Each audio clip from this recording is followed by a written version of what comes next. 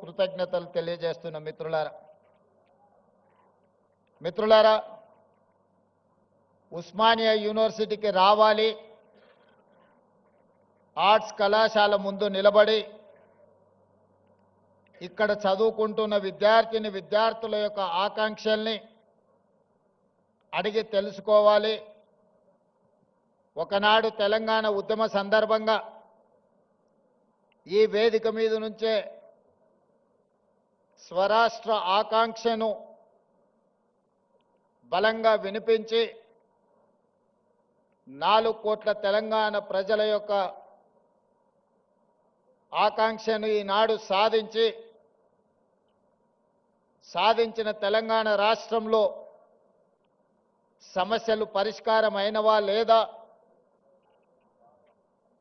ఒకనాటి తెలంగాణ చరిత్రను భవిష్యత్ ప్రణాళికలుగా మార్చుకొని నిర్ణయాలు తీసుకోవాలని మీ అందరిని కలవాలని నిర్ణయించుకున్నా. ఆ సందర్భంగా కొంతమంది మిత్రులు కలిసి సూచన చేసినప్పుడు ముఖ్యమంత్రి గారు చాలా ధైర్యం చేస్తున్నారు, ఉస్మానియా యూనివర్సిటీలో ప్రజాప్రతినిధులను రాష్ట్ర మంత్రివర్గాన్ని లేదా ముఖ్యమంత్రి గారిని అడ్డుకునే ఒక చరిత్ర ఉన్నది, మీరెందుకు ధైర్యం చేస్తున్నారు అని నన్ను అడిగారు. అంటే వారికి ఒక్క మాట చెప్పిన, నాది ధైర్యం కాదు, నాది అభిమానం. మా సోదరులు,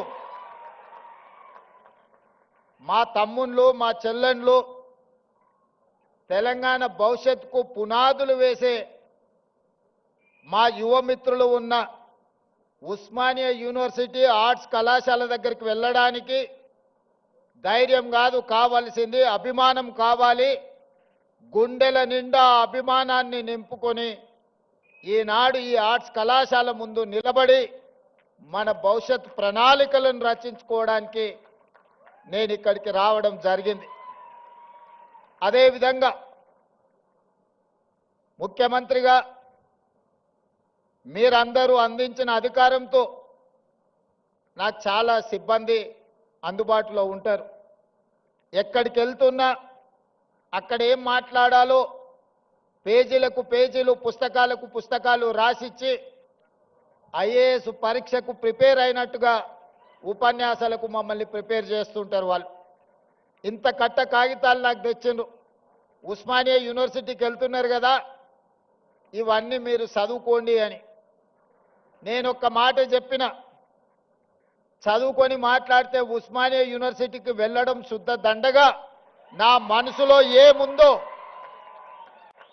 నా జీవితంలో 56 సంవత్సరాల అనుభవం, నల్లమల అటవీ ప్రాంతంలో ఉన్న ఒక మారుమూల పల్లె నుంచి, వ్యవసాయ కుటుంబం నుంచి వచ్చిన నేను ప్రభుత్వ పాఠశాలలో చదువుకొని గ్రామీణ వాతావరణంలో పెరిగి గ్రామీణ వాతావరణంలో ఉన్న పేదరికాన్ని, కుల వివక్షను, జాతి వివక్షను, సమస్యలతో కొట్టుమిట్టాడుతున్న వెనుకబడిన ప్రాంతాలలో పెరిగిన వాణ్ణి.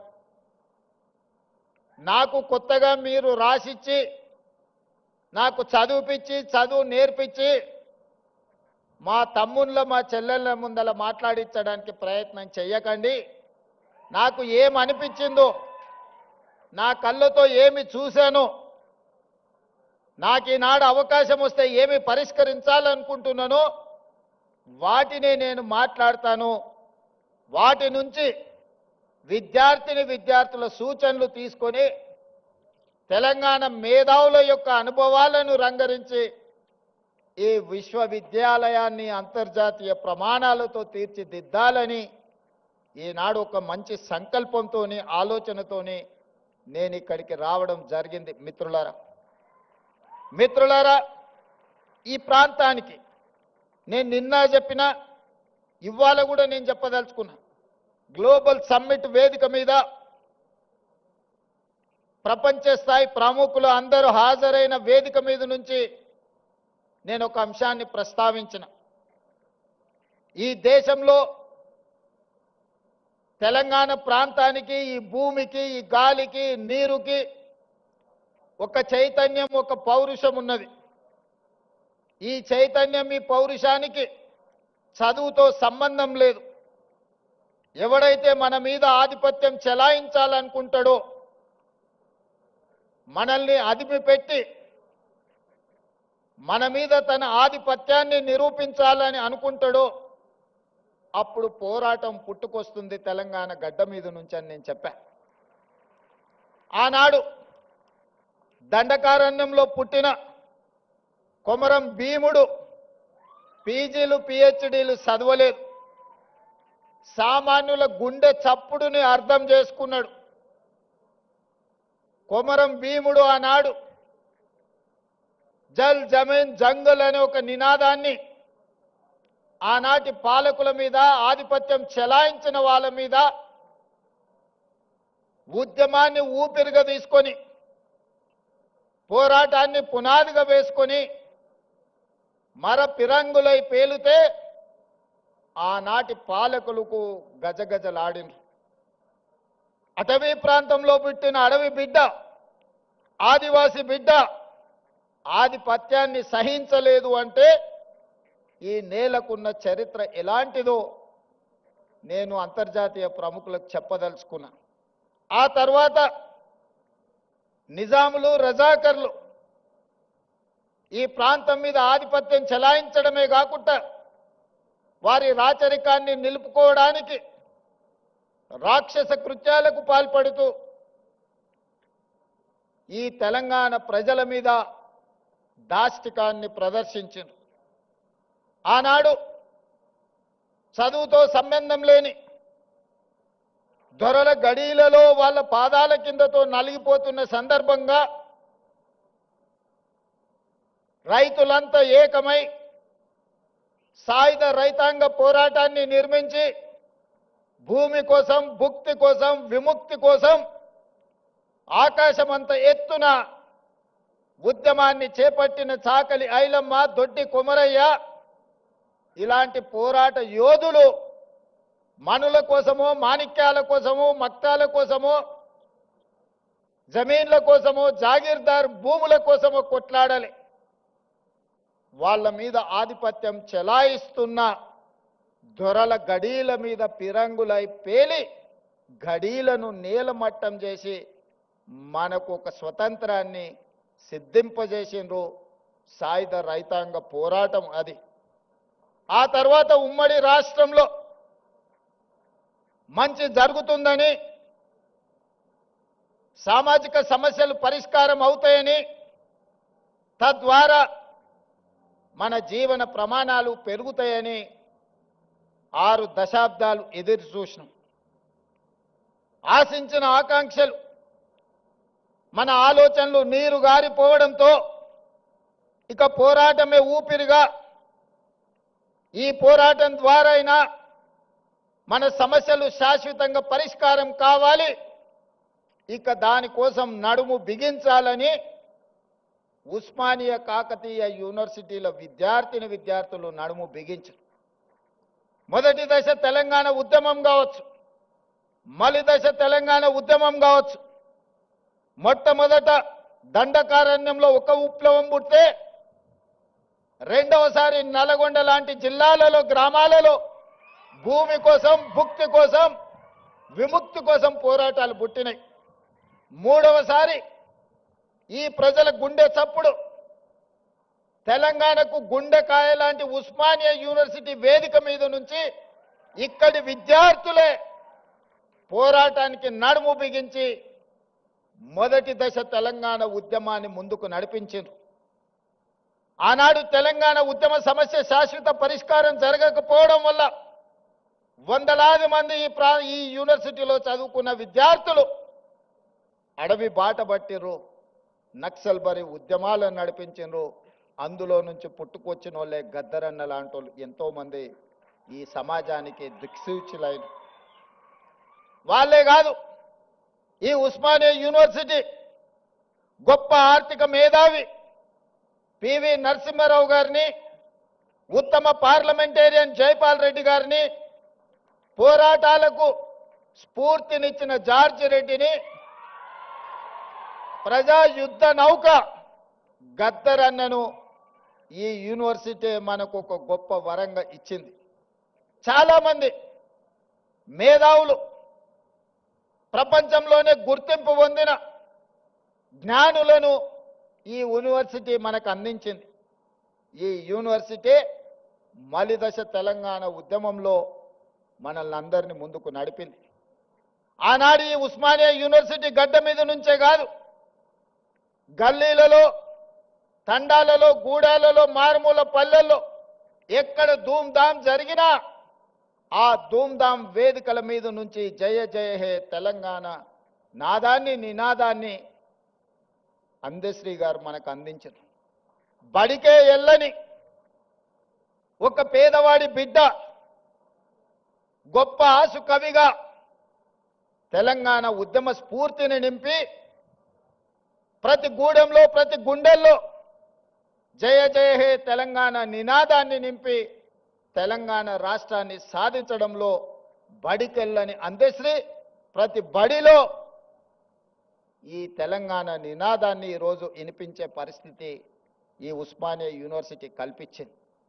అందుకే మిత్రులారా, ఎప్పుడు సమాజానికి ఏ సమస్య వచ్చినా ఆ సమస్య మీద ఈ యూనివర్సిటీ విద్యార్థులు కదలడం ద్వారా ఆ సమస్యకు పరిష్కారం దొరికింది. ఆ పరిష్కారమే స్వరాష్ట్ర తెలంగాణ ఆకాంక్ష. మరి తెలంగాణ వస్తే ఇక్కడున్న మా తమ్ముళ్ళు, చెల్లెళ్ళు ఏం ఆశించరు? ఎవరి ఆస్తులు అడగలే, ఎవరి ఫామ్ హౌజులు అడగలే, వాళ్ళు సంపాదించుకున్న సొమ్ములో వాటాలు అడగలే. ఏం అడిగినరు మా తమ్ముళ్ళు? స్వేచ్ఛను అడిగినరు, సామాజిక న్యాయం అడిగినరు, సమానమైన అవకాశాలు అడిగినరు. నేను ఇవాళ అడుగుతున్నా, నేను ఇవాళ చెప్పదలుచుకున్న ఈ వేదిక మీద నుంచి నా ఉస్మానియా కాకతీయ యూనివర్సిటీల విద్యార్థులకు స్వేచ్ఛ కోసం, సామాజిక న్యాయం కోసం, సమానమైన అవకాశాల కోసం మీరు ఏదైతే గొంతు ఇప్పినరో ఈ ప్రభుత్వం, ఈ ప్రజాపాలన మీకు వేదిక ఇస్తుంది. మీరు ఎదగండి. మీరు డాక్టర్లు కాండి, లాయర్లు కాండి, ఇంజనీర్లు కాండి, ఐఏఎస్లు కాండి, ఐపీఎస్లు కాండి, గొప్ప మేధావులు కాండి, ప్రపంచానికే దిక్సూచిగా మారే గొప్ప వ్యక్తులుగా మీరు రాణించాలి. మరి ఇదంతా జరగాలి అనంటే పునాదులు బలంగా ఉండాలి. 108 సంవత్సరాల చరిత్ర కలిగిన ఈ ఉస్మానియా యూనివర్సిటీని కాలగర్భంలో కలపడానికి కొంతమంది కుట్రలు చేశారు. ఆ కుట్రలను ఛేదించి మీరు ప్రజాపాలనను తెచ్చుకున్నారు. ఎవరి గురించి రాజకీయ విమర్శలు నేను చేయదలుచుకోలేదు. 2 ఏళ్ల నుంచి మాట్లాడుతున్నారు కొంతమంది. కొన్నిసార్లు నాకు అనుమానం వస్తుంది, తెలంగాణ పట్ల, ప్రభుత్వ విద్య పట్ల వీళ్లకు అవగాహన ఉన్నదా లేదా అని. వాళ్ళు అంటారు, రేవంత్ రెడ్డి గవర్నమెంట్ స్కూల్లో చదువుకున్నాడు, గ్రామీణ ప్రాంతంలో నుంచి వచ్చిండు, ఈయనకు పరిపాలన చేత కాదని. ఒక్క విషయమైతే నేను చెప్పదలుచుకున్న, ఉస్మానియా ఆర్ట్స్ కళాశాల ముందు నుంచి నేను గుంటూరులో చదువుకోలేదు మిత్రులారా. నేను గుంటూరులో చదువుకోలే. గూడు పుటాని నాకు తెలియదు. నల్లమల్ల అడవుల్లో నుంచి వచ్చిన క్రూర మృగాలను చూసినను, సాధు జంతువులను చూసినను, పేదవాడి సమస్యలను చూసినను. పుట్టినప్పటి నుంచి దళితులతోని, గిరిజనులతోని, బలహీన వర్గాలతోని, మైనారిటీలతోని కలిసిమెలిసి పెరిగిన వాళ్ళ సమస్యలు చూసిన. నాకు కొత్తగా అక్కర్లేదు. గుంటూరులో చదువుకున్న వాళ్ళకు పేదరికం చూడాలంటే మెర్సిడీస్ బెంజ్ కారుల్లో పోయి ఎక్స్కర్షన్ లాగా, ఓహో పేదరికం ఇట్లుంటుందా, మీ భూమి మీ మట్టి అట్లుంటుందా, మీకు చిరిగిపోయిన బట్టలు ఇట్లుంటాయా, మేము ఎప్పుడు చూడలేదని వాళ్ళకు పేదరికం ఇట్లుంటుందని ఒక ఎక్స్కర్షన్ లాగా ఉండొచ్చు. ఒకప్పుడు బ్రిటన్ ప్రైమ్ మినిస్టర్ని, ఇతర ప్రైమ్ మినిస్టర్లను ఈ రాష్ట్రానికి తెచ్చినప్పుడు మా పాలమూరు పేదరికాన్ని చూపించడానికి వాళ్ళని అక్కడికి తీసుకొచ్చేటోళ్ళు. ప్రదర్శనలో మా పేదరికాన్ని వాళ్ళ ముందర పెట్టేటోళ్ళు. చూడు మేము ఎంత వెనుకబడి ఉన్నామో, మేము ఎట్లా అడుక్కొని తింటున్నామో ఎట్లా వలసలు పోతున్నామో మా మీద జాలి పడండి అని. ఆనాటి పాలకుల ఆలోచన అది. ఇతర దేశాలకు వెళ్ళి వచ్చినామని చెప్పుకునే వాళ్ళు మేము గుంటూరులో చదువుకున్నాం, మేము పూనాలో చదువుకున్నాం, మేము అమెరికాలో చదువుకున్నామని ఉపన్యాసాలు ఇవ్వడం ద్వారా సమాజానికి ఏం చెప్పదలుచుకున్నారో నాకు తెలియదు. కానీ నేను స్పష్టంగా గ్రామీణ ప్రాంతంలో వ్యవసాయ కుటుంబం నుంచి వచ్చిన నేను ప్రభుత్వ పాఠశాలలో నేను చదువుకున్నా, ప్రభుత్వ కళాశాలలో నేను చదువుకున్నా. నాకు భాష గొప్పగా రాకపోవచ్చు, కానీ ప్రజల యొక్క మనసును తెలుసుకునే విద్య నాకు వచ్చు. పేదవాడు ఏం అడుగుతాడు, ఏం ఆలోచన చేస్తాడు, పేదవాడు ప్రభుత్వం నుంచి ఏం ఆశిస్తాడు, ఒక చదువుకునే పిల్లవాడికి ఏమి కావాలి, ఆ పిల్లవాడు చదువుకుంటే ఈ సమాజానికి ఏ రకంగా ప్రయోజనం ఉంటుంది అనేది నాకు తెలుసు. అందుకే ఇవాళ ఎవరు వచ్చినా, ఎవరు ఎన్ని రకాల ప్రాధాన్యతలు ఇచ్చుకున్నా మొట్టమొదటి ప్రధానమంత్రి పండిత్ జవహర్లాల్ నెహ్రూ గారు స్వతంత్రం వచ్చిన తర్వాత ప్రధానమంత్రిగా బాధ్యతలు చేపట్టేటప్పుడు మహాత్మా గాంధీ గారిని కలిసిండు. బాబూజీ, నేను ప్రధానమంత్రిగా బాధ్యత తీసుకుంటున్నా, మీరు నాకు ఇచ్చే సలహా ఏమిటి అని. మహాత్మా గాంధీ గారు ఒక మాట చెప్పారు, పరిపాలనలో నువ్వు తీసుకునే నిర్ణయం తీసుకునే ముందు నీ నిర్ణయం పేదవాళ్లకు, నిస్సహాయులకు ఏ విధంగా ఉపయోగపడుతుందో ఆలోచన చేసి నీ కళ్ళ ముందు ఆ పేదవాడిని, నిస్సహాయుని గుర్తు తెచ్చుకున్న తర్వాత నువ్వు నిర్ణయం చెయ్యి, తప్పకుండా పేదలకు, నిస్సహాయులకు అది ప్రయోజనం చేకూరుతుంది అని. ఆ స్ఫూర్తి ఈనాడు మేము తలుసుకున్న మా ప్రభుత్వం తీసుకునే ఏ నిర్ణయమైనా పేదవాడికి ఏ విధంగా ఉపయోగపడబోతుందో, నిస్సహాయులకు ఏ విధంగా సహాయాన్ని అందించబోతుందో, నిలబడడానికి శక్తి లేని వాళ్ళను నిటారుగా సొంత కాళ్ళ మీద నిలబెట్టడానికి అవసరమైన ప్రణాళికల్ని మా ప్రభుత్వం, నా సహచర మంత్రివర్గంలో అందరం కలిసి ఈనాడు నిర్ణయం తీసుకుంటున్నాం. అందులో భాగంగానే ఉస్మానియా యూనివర్సిటీకి ఆగస్టులో వచ్చినప్పుడు నేను చెప్పిన, ఒక ఆయన సవాలు విసిరిండు, శాతనైతే ఆర్ట్స్ కాలేజ్ దగ్గర పోయిరా అని. నేను వాళ్ళలాగా దొంగను కాదు, ఫామ్ హౌజులు కట్టుకోలేదు, గడీల లాంటివి నిర్మించుకోలేదు. ఉన్నదేదో నాకున్నది, నా కష్టంతో, నా శక్తితోని, సమాజంలో గౌరవంతో ఇంత దూరం వచ్చిన. ప్రజలు ఆశీర్వదించారు, ప్రజల అభిమానంతో గుండెల్లో పెట్టి చూసుకున్నారు. 2006న ఒక జిల్లా పరిషత్ మెంబర్గా రాజకీయాలలో చిన్న పదవిలో నా ప్రయాణం మొదలైంది.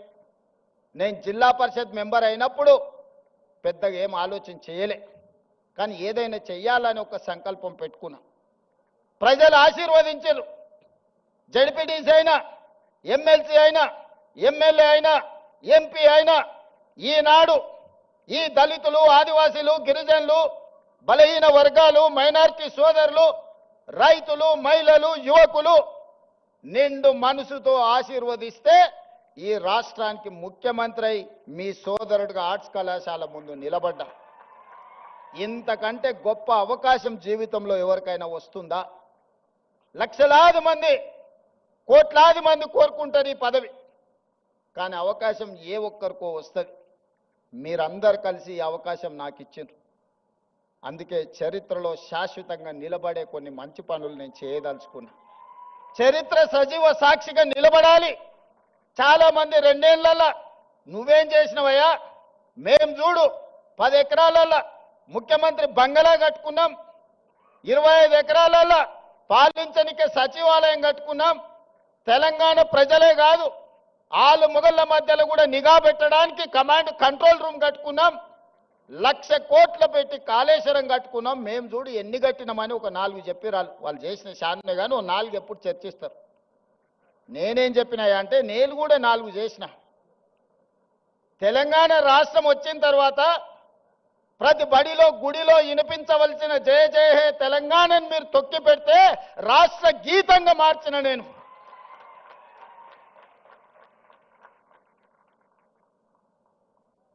ఆనాడు తెలుగు తల్లి ఎవడికి రా తల్లి, నాకు అన్నం పెట్టిందా, నా కడుపు నింపిందా, ఎవరికి కావాలిరా తెలుగు తల్లి అని ప్రగల్భాలు పలికిన గొప్ప మాటలు మాట్లాడిన వాళ్ళు 10 ఏళ్లలో ఈ సమాజానికి తెలంగాణ తల్లి ఎట్లుంటుందో బహుజనుల తెలంగాణ తల్లిని వాళ్ళు ఆవిష్కరించలేకపోయినారు.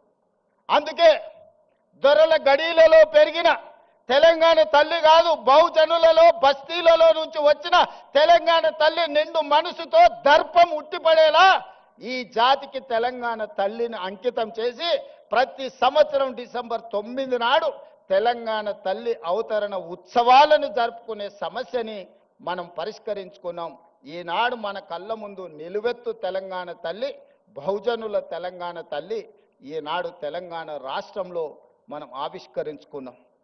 ఇదే కాదు, 30-40 ఏళ్ల నుంచి వర్గీకరణ మీద రగులుతూనే ఉంది. నీవురుగప్పిన నిప్పుల వర్గీకరణ సమస్య మన యూనివర్సిటీలలో, మన కళాశాలల్లో, మన గుండెల్లో, మన మనసుల్లో ఎప్పటికప్పుడు ఆ సమస్య రగులుతూనే ఉంది. ఆ సమస్య మా దళిత బిడ్డల మధ్యలో ఒక విభజన రేఖను గీత గీసింది. దేశంలో ఏ రాష్ట్రం కూడా ఈ సమస్యను పరిష్కరించడానికి ఆలోచన చేయలే. 2 వర్గాలుగా విడిపోయిన మా దళిత బిడ్డల్ని ఒక్క దగ్గర కూర్చోబెట్టాలంటే ఈ సమస్యకు శాశ్వత పరిష్కారం ఉండాలి అని మాదిగ ఉపకులాల వర్గీకరణ సమస్యను పరిష్కరించి ఈనాడు శాశ్వతంగా సమస్యకు ఒక పరిష్కారాన్ని చూపించి మా దళిత సోదరులందరూ ఒక్క దగ్గర కూర్చునే విధంగా ఎవరు ఎంతున్నారో వాళ్ళకంత ఇవ్వాలి అన్న ఆలోచన చేసి మొట్టమొదటి రాష్ట్రం తెలంగాణ రాష్ట్రం ఇవాళ వర్గీకరణ సమస్యను పరిష్కరించింది. ఇది సామాజిక సమస్యను మా ప్రభుత్వం పరిష్కరించింది. ఆనాడు తెల్ల దొరలు ఉన్నప్పుడు జనగణనలో కులగణన జరిగింది. 100 సంవత్సరాలు పూర్తి చేసుకున్న ఈ దేశంలో బలైన వర్గాల లెక్క తేల్చినోడే లేడు. చెయ్యాలన్న ఆలోచన చేసిన అది ముందుకు సాగలేదు. 100 ఏళ్ల సమస్యను మేము ఆలోచన చేసి socio economic, education, employment, political and caste survey పకడ్బందీగా చేసి 4 కోట్ల తెలంగాణ ప్రజలలో ఎవరు ఎంతమంది ఉన్నారో పక్కాగా లెక్క కట్టి 100 ఏళ్ల సమస్యకు జనగణనలో కులగణన సమస్యను పరిష్కరించినాం.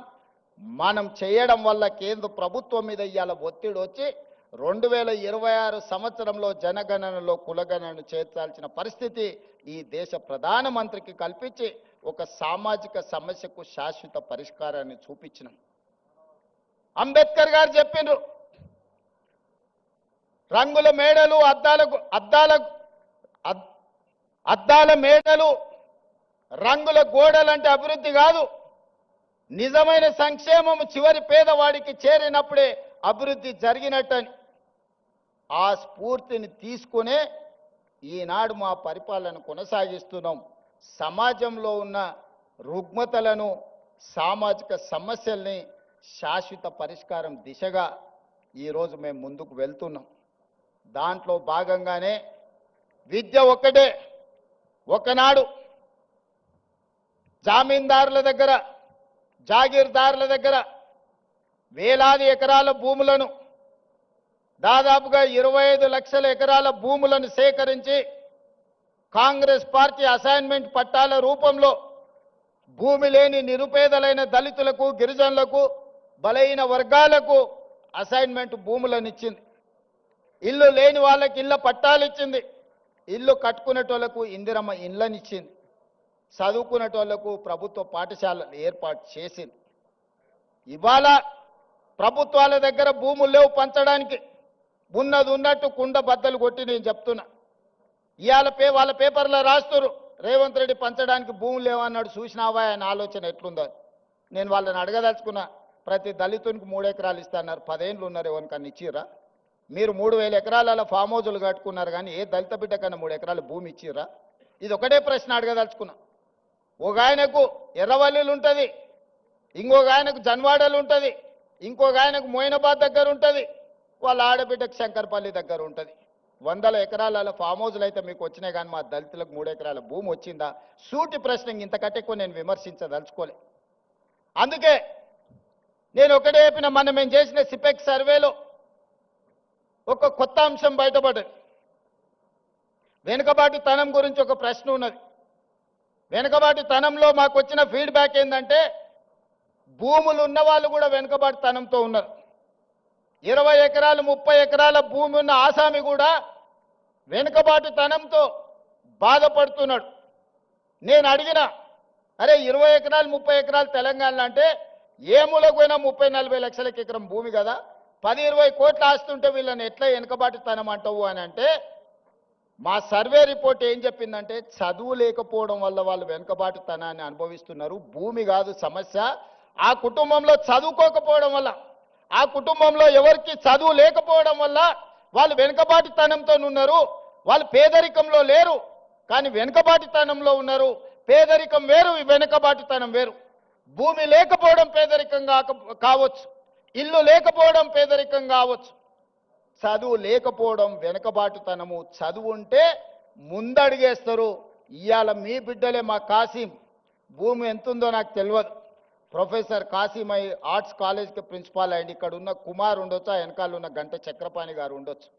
వీళ్ళందరూ ఇవాళ చదువుకున్నారు కాబట్టే ఈరోజు సమాజంలో ఒక గుర్తింపు, గౌరవంతో పాటు వెనుకబాటుతనం అనే పదమే వాళ్ళ దరిదాపుల్లో రాకుండా ఉన్నది. అందుకే వాటిని గుర్తించిన, ఆలోచన చేసిన, ఈ సమాజంలో వివక్ష నుంచి బయటికి తీసుకురావాలి. వివక్ష అనేది గ్రామాల నుంచి పారద్రోలాలి అనంటే, వెనుకబాటుతనాన్ని నిర్మూలించాలి అనంటే, ప్రతి మారుమూల ప్రాంతంలో విద్యా అవకాశాలు పెంచాలి. ఆనాడు పండిత్ జవహర్లాల్ నెహ్రూ గారు ఎడ్యుకేషన్ ఇరిగేషన్ ప్రాధాన్యత ఉంటే, ఈనాడు అదనంగా కమ్యూనికేషన్ కూడా మనం యాడ్ చేసినాం. సోనియా గాంధీ గారు రైట్ టు ఎడ్యుకేషన్ యాక్ట్ తీసుకొచ్చారు. నేను ఇవాళ టీచింగ్ స్టాఫ్ ఇక్కడ ఉన్న మిత్రులందరికీ నా మనసులో ఉన్న ఆవేదనను నేను మీకు చెప్పదలుచుకున్నా. 1,25,000 మంది టీచర్లు ఉన్నారు. ఇవాళ 25 లక్షల పైగా పాఠశాలలు ఉన్నాయి తెలంగాణలో ప్రభుత్వాన్ని. ఆ పాఠశాలల్లో 18 లక్షల మంది విద్యార్థులు చదువుకుంటారు. కానీ ప్రైవేట్లో 11 లక్షల పాఠశాలలే ఉంటే, 11,000 పాఠశాలలే ఉంటే 33 లక్షల మంది విద్యార్థులు చదువుకుంటున్నారు. మరి ఎంఏ బిఎడ్ చదువుకున్న ప్రభుత్వ పాఠశాలల్లో టీచర్లుండి 25,000 పైగా పాఠశాలలుంటే ప్రభుత్వ పాఠశాలలో ఎందుకు విద్యార్థులు తక్కువ ఉన్నారు? టీచర్లు ఉన్న దగ్గర పిల్లలు లేరు, పిల్లలు ఉన్న దగ్గర టీచర్లు లేరు. ఇట్లాంటి సమస్యలు ఎందుకు వస్తున్నాయి అని మేము చూసినాం. విద్య అందుబాటులో ఉంది కానీ నాణ్యమైన విద్య లేదు. ఈరోజు సమాజానికి విద్య సమస్య కాదు, నాణ్యమైన విద్య సమస్య. ఇవాళ ఇంజనీర్లకు కొదవలేదు, సర్టిఫికెట్లు ఉన్న ఇంజనీర్లు ఉన్నారు కానీ వాళ్ళకు అవసరమైన నైపుణ్యం లేదు. అందుకే క్వాలిటీ ఎడ్యుకేషన్ స్కిల్స్ ఇవాళ విద్యార్థులకు ఇవ్వాలి అని, నాణ్యమైన విద్య కోసం, సాంకేతిక నైపుణ్యం కోసం ఈరోజు మనము కష్టపడాల్సిన అవసరం ఉన్నది. ఇక్కడున్న టీచింగ్ స్టాఫ్నైనా, ఇక్కడున్న పరిపాలకులైనా నా సూచన ఒక్కటే, విద్య ఒక్కటే మన జీవితాలలో మార్పు తెస్తుంది. విద్య ఒక్కటే మన జీవితాలలో వెలుగును తెస్తుంది. విద్య ఒక్కటే మనల్ని వెనుకబాటుతనాన్ని నుంచి బయటికి తీసుకొస్తుంది. విద్య ఒక్కటే మన ఆత్మ గౌరవాన్ని పెంచుతుంది. విద్య ఒక్కటే మన తల్లిదండ్రుల కళ్ళలో ఆనందాన్ని, వెలుగులను నింపుతుంది. ఆ విద్య, నాణ్యమైన విద్య, సాంకేతిక నైపుణ్యంతో కూడుకున్న, శిక్షణతో కూడుకున్న సాంకేతిక నైపుణ్యాన్ని ఇవ్వాలనుకున్నాం. కుల వివక్షను తొలగించాలి అనంటే ఎస్సీ హాస్టల్ ఒక దగ్గర, ఎస్టీ హాస్టల్ ఇంకొక దగ్గర, మైనారిటీ హాస్టల్, బీసీ హాస్టల్ వేరే ఊరు బయట కట్టిన తర్వాత ఆ ఎస్సీ హాస్టల్లో చదువుకున్న యువకుడి మైండ్లో ఏముంటుందో ఒక్కసారి ఆలోచన చేయండి. మేము ఎస్సీలం, దళితులం కాబట్టే కదా ఊరు బయట మాకు బడి పెట్టిరని అనుకుంటున్నాం. మేము ఆదివాసులం, గిరిజనులం కాబట్టే కదా ఇసిరేసినట్టు మమ్మల్ని ఎక్కడనో పెట్టినరు అనుకుంటున్నారు. బీసీలు, మైనారిటీలు కూడా అదే ఆలోచన. అందుకే ఈ వివక్ష పోవాలి, మనందరం మనుషులుగా కలిసి ఉండాలి, మనలో మానవత్వము నిండాలి అనంటే వీటిని తొలగించాలి, కులం అనే అడ్డుగోడల్ని తొలగించాలి, అందుకే young India integrated residential schools SC ST BC minority upper caste అందరూ కలిసి చదువుకునే విధంగా 100 నియోజకవర్గాలలో each residential school in 25 acres campus 200 కోట్ల రూపాయలు ఒక్కొక్క పాఠశాలకి ఇచ్చి ఈ కులం అనే అడ్డుగోడల్ని తొలగించి అందరు కలిసి కట్టుగా 2500 నుంచి 3000 మంది స్టూడెంట్స్ ఒక్కొక్క పాఠశాలల్లో దాదాపుగా 100 నియోజకవర్గాలలో 2.5 నుంచి 3 లక్షల మంది విద్యార్థులు ఒక్క దగ్గర కలిసి చదువుకునే విధంగా ఈ రోజు ఆ వివక్షను తొలగించడానికి యంగ్ ఇండియా ఇంటిగ్రేటెడ్ రెసిడెన్షియల్ స్కూళ్ళని మనం ప్రారంభించుకున్నాం. ఈ పేరు ఎక్కడి నుంచి అని మీరు అనుకోవచ్చు. యంగ్ ఇండియా ఈ పేరు నాది కాదు, ఈ పేటెంట్ రైట్ మహాత్మా గాంధీ. దేశ స్వతంత్రం కోసం 1921 నుంచి 1931 వరకు దేశ స్వతంత్ర ఉద్యమాన్ని ఉవ్వెత్తున తీసుకెళ్లాలి, ప్రజలకు సమాచారాన్ని చేరవేయాలని ఆనాడు మహాత్మా గాంధీ గారు ఒక పత్రిక నడిపారు. ఆ పత్రిక పేరే యంగ్ ఇండియా.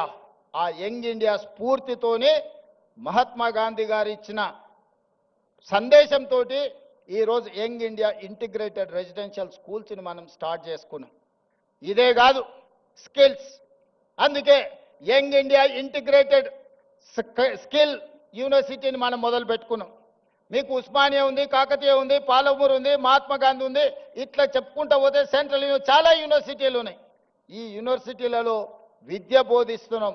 అవసరమైన సాంకేతిక నైపుణ్యాన్ని బోధించడానికి ఒక యూనివర్సిటీ ఉండాలని ఆలోచన చేసి యంగ్ ఇండియా స్కిల్స్ యూనివర్సిటీని దేశంలోనే మొట్టమొదటిసారి పబ్లిక్ ప్రైవేట్ పార్ట్నర్షిప్లో Anand Mahindra, Apollo hospitals, Reddy labs, లేకపోతే ఇట్లాంటి ఎంతో మంది నిష్ణాతులు, ఒక దేవయ్య గారు డాక్టర్గా వరంగల్ దళితుడు ఈరోజు అమెరికాలో ఎంత ఉన్నత స్థానానికంటే అతని ఆస్తి, అతని పిల్లల ఆస్తి లెక్కేస్తే ఒక 4-5 లక్షల కోట్ల రూపాయల ఆస్తి ఉండొచ్చు. ఒక వరంగల్లో పుట్టిన దళిత బిడ్డ దేవయ్య ఈరోజు యంగ్ ఇండియా స్కిల్స్ యూనివర్సిటీలో బోర్డ్ ఆఫ్ డైరెక్టర్. ఎందుకంటే వాళ్ళ నుంచి మీకు ఇన్స్పిరేషన్ రావాలి. వాళ్ళు మీ మంచి భవిష్యత్తు కోసం ప్రతి సంవత్సరం 1,10,000 మంది ఇంజనీరింగ్ గ్రాడ్యుయేట్స్ తెలంగాణ రాష్ట్రం నుంచి పాస్ అవుతారు. వాళ్ళ తల్లిదండ్రులు గ్రామాలలో ఉండే, అయ్యా మా పిల్లగాడు ఇంజనీరింగ్ చదువుకున్నాడు, పెద్ద నౌకరీ అయ్యా, నువ్వు ముఖ్యమంత్రి అని వస్తుంటారు కొడంగల్ నుంచి. వాడిని పిలిచి అప్లికేషన్ పెట్టుకోరంటే వానికి రాయడానికి వస్తలేదు. వేరే పని చేసేటోనికి పని ఇప్పించుడు నాకు అలకగా ఉన్నది. ఇంజనీరింగ్ చదివిండి అంటే ఇప్పించుడు చాలా కష్టంగా ఉన్నది. ఇది నేను కొంచెం బాధతో చెప్తున్నా. సర్టిఫికెట్ అయితే వచ్చింది కానీ సాంకేతిక నైపుణ్యం లేదు. అందుకే యంగ్ ఇండియా స్కిల్స్ యూనివర్సిటీ ప్రారంభించి ఆ పిల్లలకు శిక్షణ నైపుణ్యాన్ని ఇచ్చి వాళ్ళని ప్రయోజకులను చెయ్యాలి. ఈరోజు సమాజంలో డిమాండ్ ఉంది కానీ సప్లైలో ఉన్నారు కానీ సమానమైన నైపుణ్యం లేదు. అందుకే యంగ్ ఇండియా స్కిల్స్ యూనివర్సిటీని ప్రారంభించినాం. ఒలింపిక్స్లో మీరు చూస్తున్నారు, చిన్న చిన్న దేశాలు ఎన్నెన్నో గోల్డ్ మెడల్స్ తెస్తున్నాయి. మన దేశానికి ఎప్పుడు అందులోకి పోయేటానికి కూడా వస్తలేదు. టీవీ కాడ చూసి సప్పట్లు కొట్టే సినిమాలో నేను చూసిన సునీల్ గవాస్కర్, సచిన్ టెండూల్కర్, గచ్చిబౌలి దివాకర్ అని బ్రహ్మానందం డ్రెస్ వేసుకొని కూర్చుంటాడు. చెప్తుంటాడు, సునీల్ గవాస్కర్, సచిన్ టెండూల్కర్ నన్ను తొక్కేసిండ్రు, అందుకే నేను ఇక్కడ డ్రెస్ వేసుకొని క్రికెట్ ఆడతానని టీవీ ముందర అందరిని కూర్చోబెట్టి డ్రెస్ వేసుకొని అందరికీ గొప్పలు చెప్పుకుంటుంటాడు, నేను కూడా గచ్చిబౌలి దివాకర్ని అని. అట్లనే మన స్కిల్స్ విషయంలో కూడా మన నేతలు మాట్లాడుతుంటారు, ఇక వచ్చే గోల్డ్ మెడల్స్ అని. అయిపోయినాక ఒక్కడు కనిపిస్తలేడు.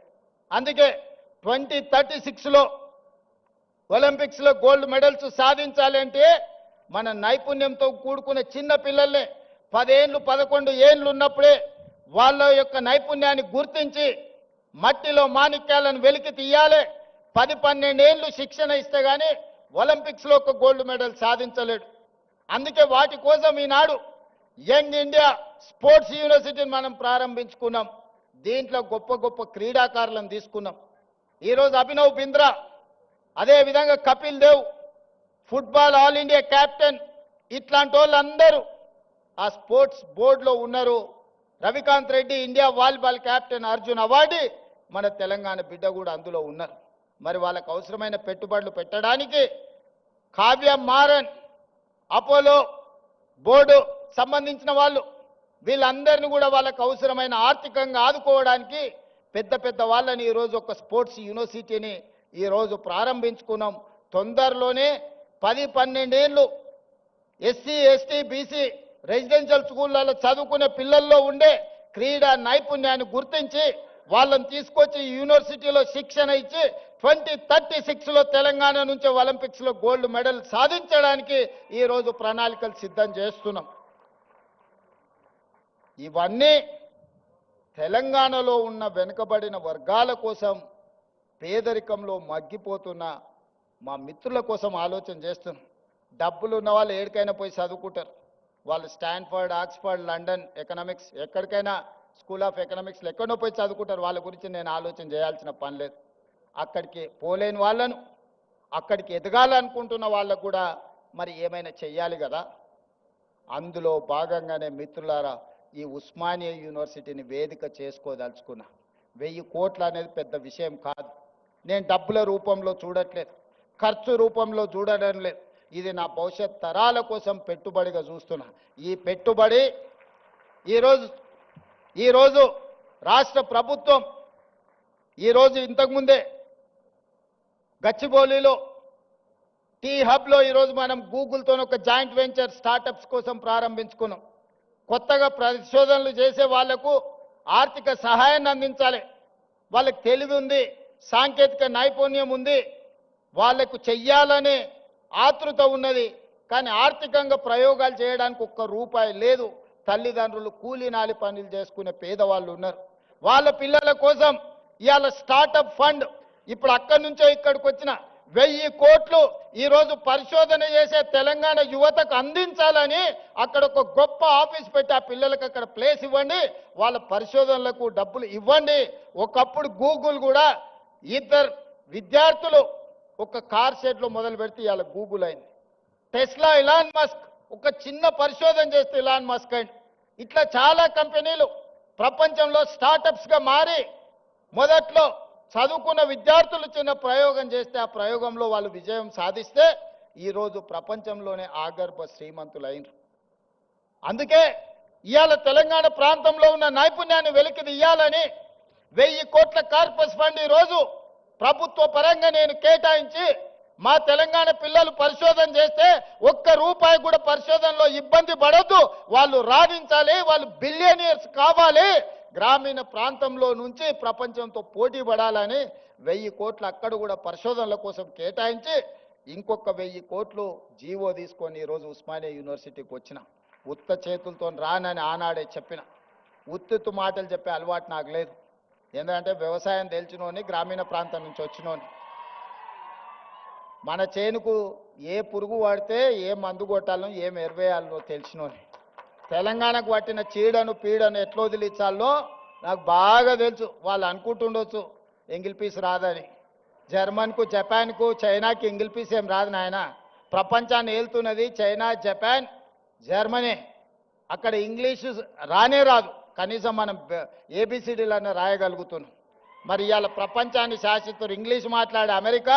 చైనా సప్లైస్ ఆపితే 1 గంట కూడా బతకలేదు, 1 అవర్ కూడా అమెరికా జీవించలేదు. అమెరికా ఎంత అప్పు ఉందంటే చైనాకు, వాడు నా అప్పు మొత్తం కట్టడానికి వంగబెట్టి బండ పెడితే మొత్తం అమెరికాని చైనాకు అప్పచెప్పాల్సి వస్తుంది. వానికి ఇంగ్లీష్ వచ్చా? జపాన్కి ఇంగ్లీష్ వచ్చా? జర్మన్లో ఉండే ప్రజలకు ఇంగ్లీష్ వచ్చా? మా ఈడ ఉండే యువమిత్రులు కూడా ఇంగ్లీష్ రాదు అనేది ఏం పెట్టుకోకండి, అదేం పెద్ద విషయం కాదు. మనకు మానవత్వం ఉండాలి, మనకు మనసు ఉండాలి.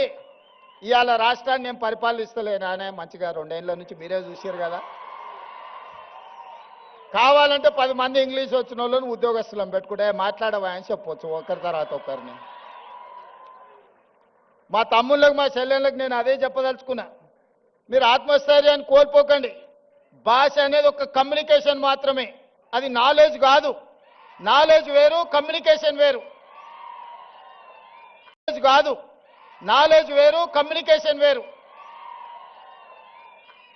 మనకు నాలెడ్జ్ ఉంది, మన కమిట్మెంట్ ఉంది, మన కన్విక్షన్ ఉంది. ఈ నాలెడ్జ్, ఈ కమిట్మెంట్, ఈ కన్విక్షన్ దేశంలో, ప్రపంచంలో ఏ స్థాయికైనా ఎదగడానికి ఉపయోగపడుతుంది. మీరందరూ కష్టపడండి. 2 ఏళ్లలో ఉస్మానియా యూనివర్సిటీకి కావాల్సిన అన్ని సమస్యలు నేను పరిష్కరిస్తా. టీచింగ్ స్టాఫ్ గురించి కూడా ప్రొఫెసర్ కాసిం గారు అదేవిధంగా వైస్ ఛాన్సలర్ గారు చెప్పినారు, మీకే స్వేచ్ఛనిస్తున్నాం, కమిటీ వేసినాం, నియామకాలు ఏ విధంగా చేసుకోవాలనో మీకు అటానమస్గా మీకే ఇస్తున్నాం, మా ఇన్వాల్వ్మెంట్ ఉండదు. మీకు ఎవరైనా మంత్రులు, ఎంపీలో, ఎమ్మెల్యేలో ఫోన్ చేస్తే నాకు చెప్పరు. మీకు ఏదైనా పైరవి పట్టుకొని ఎవరైనా వస్తే నాకు చెప్పండి. వాళ్ళు ఉద్యోగాలు ఇప్పించుడు కాదు, పైరవి పట్టుకొని వచ్చిన వాళ్ళ ఉద్యోగాలు ఊడదీసే బాధ్యత నాది. నేను చెప్పను, ఈ వేదిక మీద నుంచి ఆర్ట్స్ కాలేజ్ ముందే మీకు మాటిస్తాను. మీరెవరు వైస్ ఛాన్సలర్లు అయిన వాళ్ళు మీకు కూడా తెలియదు, మీరు వైస్ ఛాన్సలర్లు అవుతారు. అవునా కుమార్, ప్రొఫెసర్ కుమార్ గారు మీరు చెప్పండి, మీకు తెలుసా ఆర్ట్స్ కాలేజ్ అవుతారు అని టీవీలో చూసుకున్నారు కదా. గంటా చక్రపాణి గారు ఇక్కడనే ఉన్నారు. వాళ్ళు వైస్ ఛాన్సలర్లు అయింది కూడా వాళ్ళ టాలెంట్ను చూసి, వాళ్ళ కమిట్మెంట్ను చూసి వాళ్ళైతే వీటిని సరిదిద్దుతారని ప్రభుత్వం వాళ్ళని వీసీలుగా నియమించింది. వాళ్ళ యొక్క శక్తి, వాళ్ళ యొక్క సామర్థ్యం, వాళ్ళకున్న ఆలోచన ఇవన్నీ వాళ్ళని వీసీలను చేసింది. రేపు కూడా ఇదే విధానాన్ని మీరు అవలంబించండి. No political obligation, no పైరవి.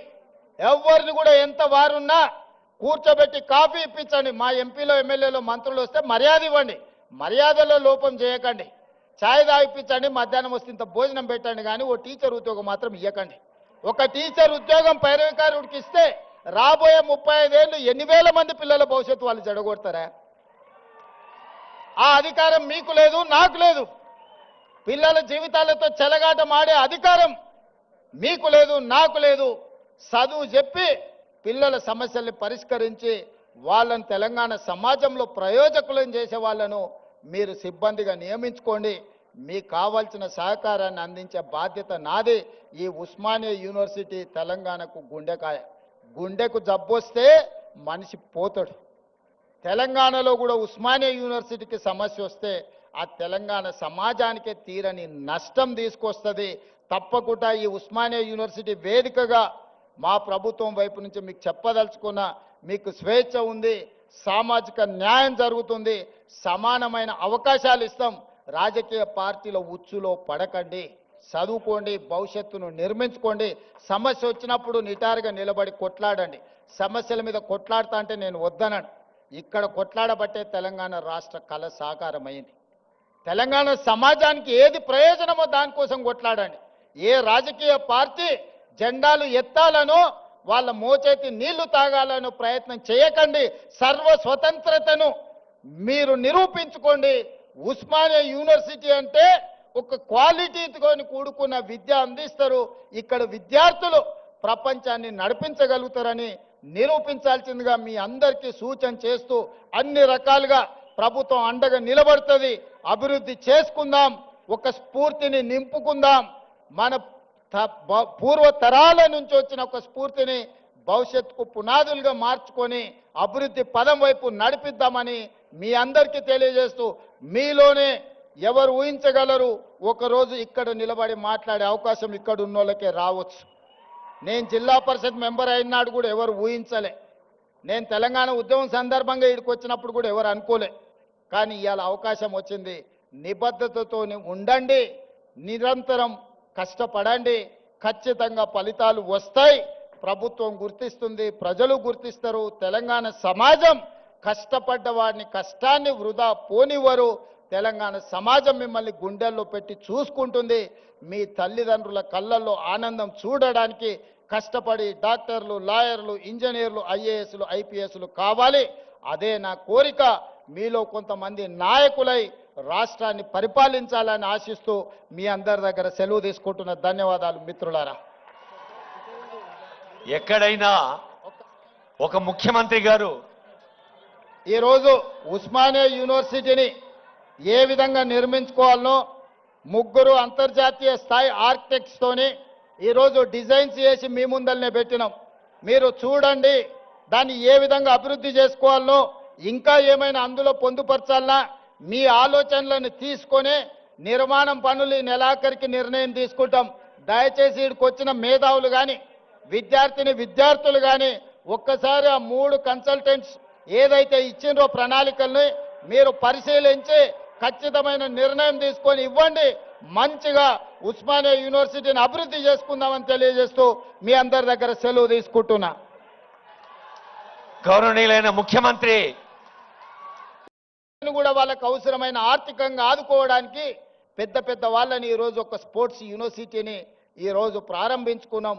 తొందరలోనే 10-12 ఏళ్ళు ఎస్సీ ఎస్టీ బీసీ రెసిడెన్షియల్ స్కూళ్ళలో చదువుకునే పిల్లల్లో ఉండే క్రీడా నైపుణ్యాన్ని గుర్తించి వాళ్ళని తీసుకొచ్చి యూనివర్సిటీలో శిక్షణ ఇచ్చి 2036లో తెలంగాణ నుంచి ఒలింపిక్స్లో గోల్డ్ మెడల్ సాధించడానికి ఈరోజు ప్రణాళికలు సిద్ధం చేస్తున్నాం. ఇవన్నీ తెలంగాణలో ఉన్న వెనుకబడిన వర్గాల కోసం, పేదరికంలో మగ్గిపోతున్న మా మిత్రుల కోసం ఆలోచన చేస్తున్నాం. డబ్బులు ఉన్న వాళ్ళు ఎక్కడికైనా పోయి చదువుకుంటారు. వాళ్ళు స్టాన్ఫర్డ్, ఆక్స్ఫర్డ్, లండన్ ఎకనామిక్స్ ఎక్కడికైనా స్కూల్ ఆఫ్ ఎకనామిక్స్లో ఎక్కడో పోయి చదువుకుంటారు. వాళ్ళ గురించి నేను ఆలోచన చేయాల్సిన పని లేదు. అక్కడికి పోలేని వాళ్ళను, అక్కడికి ఎదగాలనుకుంటున్న వాళ్ళకు కూడా మరి ఏమైనా చెయ్యాలి కదా. అందులో భాగంగానే మిత్రులారా ఈ ఉస్మానియా యూనివర్సిటీని వేదిక చేసుకోదలుచుకున్నా. 1000 కోట్లు అనేది పెద్ద విషయం కాదు. నేను డబ్బుల రూపంలో చూడట్లేదు, ఖర్చు రూపంలో చూడడం లేదు. ఇది నా భవిష్యత్ తరాల కోసం పెట్టుబడిగా చూస్తున్నా. ఈ పెట్టుబడి ఈరోజు రాష్ట్ర ప్రభుత్వం ఈరోజు ఇంతకుముందే గచ్చిబౌలిలో టీ హబ్లో ఈరోజు మనం గూగుల్తో ఒక జాయింట్ వెంచర్ స్టార్టప్స్ కోసం ప్రారంభించుకున్నాం. కొత్తగా పరిశోధనలు చేసే వాళ్లకు ఆర్థిక సహాయాన్ని అందించాలి. వాళ్ళకి తెలివి ఉంది, సాంకేతిక నైపుణ్యం ఉంది, వాళ్లకు చెయ్యాలనే ఆతృత ఉన్నది. కానీ ఆర్థికంగా ప్రయోగాలు చేయడానికి ఒక్క రూపాయి లేదు. తల్లిదండ్రులు కూలీనాలి పనులు చేసుకునే పేదవాళ్ళు ఉన్నారు. వాళ్ళ పిల్లల కోసం ఇవాళ స్టార్టప్ ఫండ్ ఇప్పుడు అక్కడి నుంచో ఇక్కడికి వచ్చిన 1000 కోట్లు ఈరోజు పరిశోధన చేసే తెలంగాణ యువతకు అందించాలని అక్కడ ఒక గొప్ప ఆఫీస్ పెట్టి ఆ పిల్లలకు అక్కడ ప్లేస్ ఇవ్వండి, వాళ్ళ పరిశోధనలకు డబ్బులు ఇవ్వండి. ఒకప్పుడు గూగుల్ కూడా 2 విద్యార్థులు ఒక కార్ షెడ్లో మొదలు పెడితే ఇవాళ గూగుల్ అయింది. టెస్లా, ఇలాన్ మస్క్ ఒక చిన్న పరిశోధన చేస్తే ఇలాన్ మస్క్ అయింది. ఇట్లా చాలా కంపెనీలు ప్రపంచంలో స్టార్టప్స్గా మారి మొదట్లో చదువుకున్న విద్యార్థులు చిన్న ప్రయోగం చేస్తే ఆ ప్రయోగంలో వాళ్ళు విజయం సాధిస్తే ఈరోజు ప్రపంచంలోనే ఆగర్భ శ్రీమంతులైనరు. అందుకే ఇవాళ తెలంగాణ ప్రాంతంలో ఉన్న నైపుణ్యాన్ని వెలికి తీయాలని 1000 కోట్ల కార్పస్ ఫండ్ ఈరోజు ప్రభుత్వ పరంగా నేను కేటాయించి మా తెలంగాణ పిల్లలు పరిశోధన చేస్తే ఒక్క రూపాయి కూడా పరిశోధనలో ఇబ్బంది పడొద్దు, వాళ్ళు రాణించాలి, వాళ్ళు బిలియనియర్స్ కావాలి, గ్రామీణ ప్రాంతంలో నుంచి ప్రపంచంతో పోటీ పడాలని 1000 కోట్లు అక్కడ కూడా పరిశోధనల కోసం కేటాయించి ఇంకొక 1000 కోట్లు జీవో తీసుకొని ఈరోజు ఉస్మానియా యూనివర్సిటీకి వచ్చిన. ఉత్త చేతులతో రానని ఆనాడే చెప్పిన. ఉత్తుత్తు మాటలు చెప్పే అలవాటు నాకు లేదు. ఎందుకంటే వ్యవసాయం తెలిసినోని, గ్రామీణ ప్రాంతం నుంచి వచ్చినోని. మన చేనుకు ఏ పురుగు వాడితే ఏ మందు కొట్టాలనో ఏం ఎరువేయాలనో తెలిసినోని. తెలంగాణకు పట్టిన చీడను పీడను ఎట్లా వదిలించాలో నాకు బాగా తెలుసు. వాళ్ళు అనుకుంటుండొచ్చు ఎంగిల్ పీస్ రాదని. జర్మన్కు, జపాన్కు, చైనాకి ఎంగిల్ పీస్ ఏం రాదు నాయన. ప్రపంచాన్ని ఏలుతున్నది చైనా, జపాన్, జర్మనీ.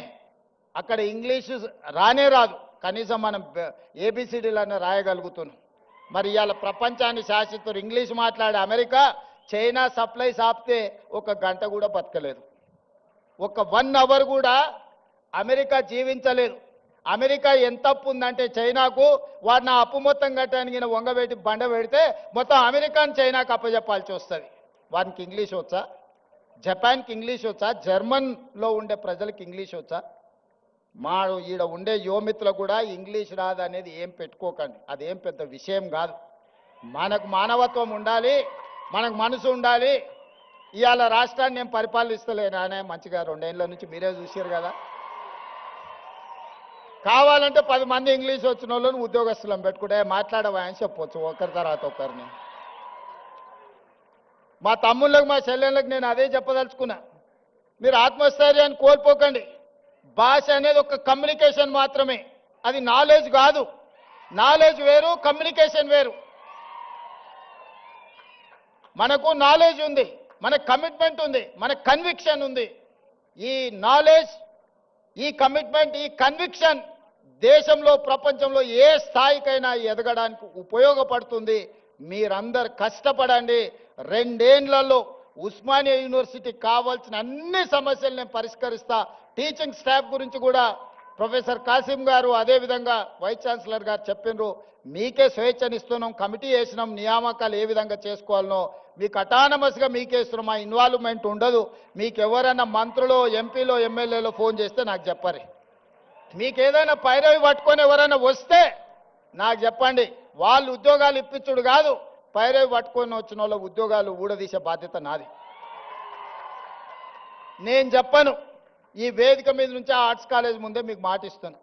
మీరెవరు వైస్ ఛాన్సలర్లు అయిన వాళ్ళు మీకు కూడా తెలియదు, మీరు వైస్ ఛాన్సలర్లు అవుతారు. అవునా కుమార్, ప్రొఫెసర్ కుమార్ గారు మీరు చెప్పండి, మీకు తెలుసా ఆర్ట్స్ కాలేజ్ అవుతారు అని టీవీలో చూసుకున్నారు కదా. గంటా చక్రపాణి గారు ఇక్కడనే ఉన్నారు. వాళ్ళు వైస్ ఛాన్సలర్లు అయింది కూడా వాళ్ళ టాలెంట్ను చూసి, వాళ్ళ కమిట్మెంట్ను చూసి వాళ్ళైతే వీటిని సరిదిద్దుతారని ప్రభుత్వం వాళ్ళని వీసీలుగా నియమించింది. వాళ్ళ యొక్క శక్తి, వాళ్ళ యొక్క సామర్థ్యం, వాళ్ళకున్న ఆలోచన ఇవన్నీ వాళ్ళని వీసీలను చేసింది. రేపు కూడా ఇదే విధానాన్ని మీరు అవలంబించండి. నో పొలిటికల్ ఆబ్లిగేషన్, నో పైరవి. ఎవరిని కూడా ఎంత వారున్నా కూర్చోబెట్టి కాఫీ ఇప్పించండి. మా ఎంపీలో, ఎమ్మెల్యేలో, మంత్రులు వస్తే మర్యాద ఇవ్వండి, మర్యాదలో లోపం చేయకండి. ఛాయ్ తాగిపించండి, మధ్యాహ్నం వస్తే ఇంత భోజనం పెట్టండి, కానీ ఓ టీచర్ ఉద్యోగం మాత్రం ఇవ్వకండి. ఒక టీచర్ ఉద్యోగం పైరవికారుడికి ఇస్తే రాబోయే 35 ఏళ్ళు 8,000 మంది పిల్లల భవిష్యత్తు వాళ్ళు జడగొడతారా? ఆ అధికారం మీకు లేదు, నాకు లేదు. పిల్లల జీవితాలతో చెలగాటమాడే అధికారం మీకు లేదు, నాకు లేదు. చదువు చెప్పి పిల్లల సమస్యల్ని పరిష్కరించి వాళ్ళని తెలంగాణ సమాజంలో ప్రయోజకులను చేసే వాళ్ళను మీరు సిబ్బందిగా నియమించుకోండి. మీకు కావాల్సిన సహకారాన్ని అందించే బాధ్యత నాది. ఈ ఉస్మానియా యూనివర్సిటీ తెలంగాణకు గుండెకాయ. గుండెకు జబ్బొస్తే మనిషి పోతాడు. తెలంగాణలో కూడా ఉస్మానియా యూనివర్సిటీకి సమస్య వస్తే ఆ తెలంగాణ సమాజానికే తీరని నష్టం తీసుకొస్తుంది. తప్పకుండా ఈ ఉస్మానియా యూనివర్సిటీ వేదికగా మా ప్రభుత్వం వైపు నుంచి మీకు చెప్పదలుచుకున్న, మీకు స్వేచ్ఛ ఉంది, సామాజిక న్యాయం జరుగుతుంది, సమానమైన అవకాశాలు ఇస్తాం. రాజకీయ పార్టీల ఉచ్చులో పడకండి, చదువుకోండి, భవిష్యత్తును నిర్మించుకోండి. సమస్య వచ్చినప్పుడు నిటారుగా నిలబడి కొట్లాడండి. సమస్యల మీద కొట్లాడుతా అంటే నేను వద్దనను. ఇక్కడ కొట్లాడబట్టే తెలంగాణ రాష్ట్ర కళ సాకారమైంది. తెలంగాణ సమాజానికి ఏది ప్రయోజనమో దానికోసం కొట్లాడండి. ఏ రాజకీయ పార్టీ జెండాలు ఎత్తాలనో వాళ్ళ మోచేతి నీళ్లు తాగాలనో ప్రయత్నం చేయకండి. సర్వ స్వతంత్రతను మీరు నిరూపించుకోండి. ఉస్మానియా యూనివర్సిటీ అంటే ఒక క్వాలిటీతో కూడుకున్న విద్య అందిస్తారు. ఇక్కడ విద్యార్థులు ప్రపంచాన్ని నడిపించగలుగుతారని నిరూపించాల్సిందిగా మీ అందరికీ సూచన చేస్తూ అన్ని రకాలుగా ప్రభుత్వం అండగా నిలబడుతుంది. అభివృద్ధి చేసుకుందాం, ఒక స్ఫూర్తిని నింపుకుందాం. మన పూర్వ తరాల నుంచి వచ్చిన ఒక స్ఫూర్తిని భవిష్యత్తుకు పునాదులుగా మార్చుకొని అభివృద్ధి పదం వైపు నడిపిద్దామని మీ అందరికీ తెలియజేస్తూ, మీలోనే ఎవరు ఊహించగలరు ఒకరోజు ఇక్కడ నిలబడి మాట్లాడే అవకాశం ఇక్కడ ఉన్న వాళ్ళకే రావచ్చు. నేను జిల్లా పరిషత్ మెంబర్ అయినాడు కూడా ఎవరు ఊహించలే. నేను తెలంగాణ ఉద్యమం సందర్భంగా ఇక్కడికి వచ్చినప్పుడు కూడా ఎవరు అనుకోలే. కానీ ఇవాళ అవకాశం వచ్చింది. నిబద్ధతతో ఉండండి, నిరంతరం కష్టపడండి, ఖచ్చితంగా ఫలితాలు వస్తాయి. ప్రభుత్వం గుర్తిస్తుంది, ప్రజలు గుర్తిస్తారు. తెలంగాణ సమాజం కష్టపడ్డ వాడిని కష్టాన్ని వృధా పోనివ్వరు. తెలంగాణ సమాజం మిమ్మల్ని గుండెల్లో పెట్టి చూసుకుంటుంది. మీ తల్లిదండ్రుల కళ్ళల్లో ఆనందం చూడడానికి కష్టపడి డాక్టర్లు, లాయర్లు, ఇంజనీర్లు, ఐఏఎస్లు, ఐపీఎస్లు కావాలి. అదే నా కోరిక. మీలో కొంతమంది నాయకులై రాష్ట్రాన్ని పరిపాలించాలని ఆశిస్తూ మీ అందరి దగ్గర సెలవు తీసుకుంటున్న ధన్యవాదాలు మిత్రులారా. ఎక్కడైనా ఒక ముఖ్యమంత్రి గారు ఈరోజు ఉస్మానియా యూనివర్సిటీని ఏ విధంగా నిర్మించుకోవాలనో 3 అంతర్జాతీయ స్థాయి ఆర్కిటెక్ట్స్తోని ఈరోజు డిజైన్స్ చేసి మీ ముందల్నే పెట్టినాం. మీరు చూడండి, దాన్ని ఏ విధంగా అభివృద్ధి చేసుకోవాలనో, ఇంకా ఏమైనా అందులో పొందుపరచాలన్నా మీ ఆలోచనలను తీసుకొని నిర్మాణం పనులు ఈ నెలాఖరికి నిర్ణయం తీసుకుంటాం. దయచేసి ఇక్కడికి వచ్చిన మేధావులు కానీ, విద్యార్థులు కానీ ఒక్కసారి ఆ 3 కన్సల్టెంట్స్ ఏదైతే ఇచ్చిండ్రో ప్రణాళికల్ని మీరు పరిశీలించి ఖచ్చితమైన నిర్ణయం తీసుకొని ఇవ్వండి. మంచిగా